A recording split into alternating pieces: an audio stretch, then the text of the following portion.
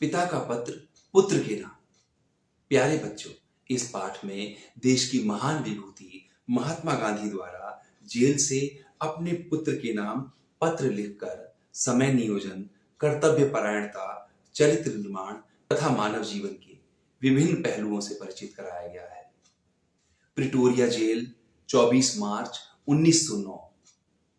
प्रिय पुत्र, प्रतिमास एक पत्र लिखने और एक पत्र प्राप्त करने का अधिकार मुझे मिला है। अब मैं पत्र किसे लिखूं? मिस्टर रीच का, मिस्टर पोलक का और तुम्हारा ख्याल मुझे बारी बारी से आया, लेकिन मैंने तुम्हें ही लिखना पसंद किया क्योंकि पढ़ने के समय तुम्हारा ही ध्यान मुझे हमेशा बना रहता है। मेरे विषय में तुम जरा भी चिंता मत करना। विशेष कुछ कहने का अधिकार मुझे नहीं है। मैं पूर्ण रूप से शांति में हूं। आशा है बा अच्छी होंगी। मुझे मालूम है तुम्हारे कुछ पत्र आए हैं, लेकिन वे मुझे नहीं दिए गए। फिर भी डिप्टी गवर्नर की उदारता से मुझे मालूम हुआ कि बा का स्वास्थ्य सुधर रहा है। क्या वे फिर से चलने फिरने लगी? आशा है बा और तुम लोग दूध के साथ साबूदाना बराबर ले रहे होगे। अब तुम्हारे विषय में कुछ कहना चाहूंगा। तुम कैसे हो? तुम पर जो जिम्मेदारी मैंने डाली है, तुम उसके सर्वथा योग्य हो और उसे तुम आनंद से निभा रहे होगे। मुझे तुमसे ऐसी आशा है।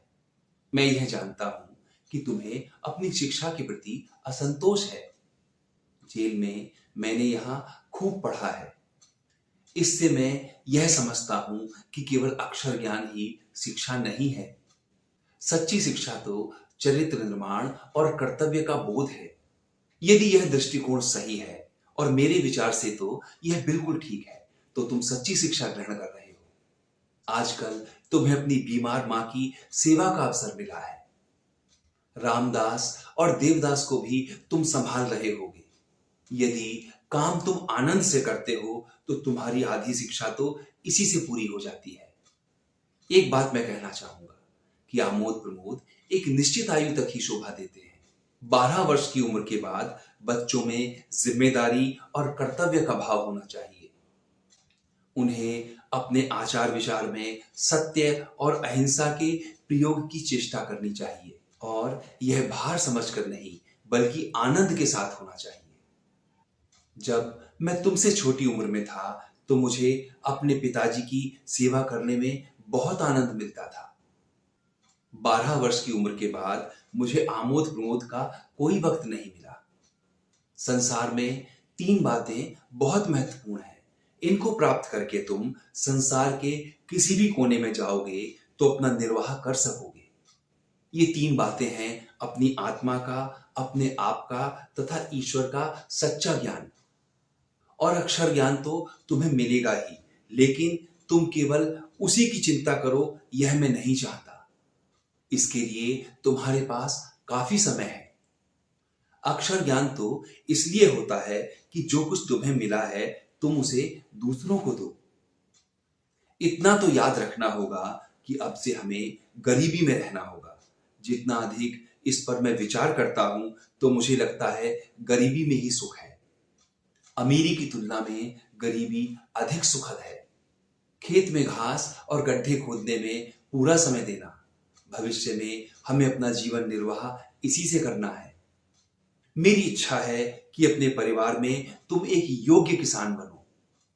अक्षर ज्ञान में गणित और संस्कृत पर पूरा ध्यान देना। ये दोनों विषय बड़ी उम्र में सीखना कठिन है। हिंदी, अंग्रेजी और गुजराती के चुने हुए भजनों और कविताओं का संग्रह करना है।